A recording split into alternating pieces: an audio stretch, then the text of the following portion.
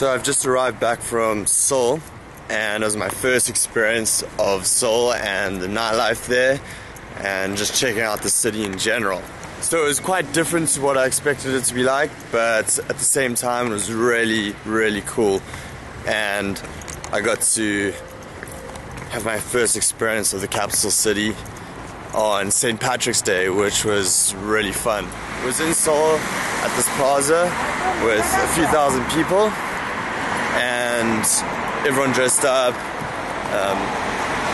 drinking, having a good time, listening to Irish music, getting festive. And then after that we went to Itaewon, one of the main party areas in Seoul. I think the three big ones being Itaewon, Hongdae, and Gangnam. And Itaewon's quite foreigner friendly, there's lots of foreigners there, which is cool in some ways, and in other ways I think you don't want to always be around foreigners in Korea, you want a mix, and it does have that, which is quite cool.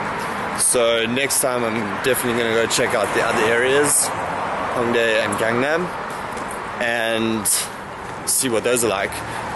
But Itaewon was really cool. There's one main street with lots of bars, restaurants, clubs, and you can just go bar hopping from one place to another.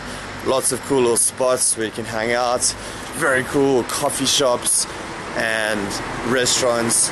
We actually had Mexican food, which was really, really good, but lots of traditional food as well. Lots of foreigner places as well for food, which is quite nice if you're homesick or whatever. And in terms of getting there, what's really cool about going to Seoul is you can get there from anywhere in the country within a couple of hours by train or bus. And you can get a train from most places in the country quite cheaply. So from Daegu, which is relatively far away, you can get a train for about 15,000 won, which is around $15. And then, you know, get that one way and then the same price back. And then you can stay in a place called a Jinjiban, which is only 10,000 won, $10 or so. And that's really, really cool because it's like a spa and super cheap. And all you have to do is pay, go in there, and you sleep on like a mat on the floor, which is like heated and stuff like that. So it's a great place if you've been out partying and you want to go to, you just want to find somewhere to crash and you don't want to pay for a hotel or anything like that. So with the cost of the accommodation and the tickets there, plus food, drinks, that kind of thing, you can expect to pay anything from 100,000 won to 200,000 won, which is $100 to $200 or so.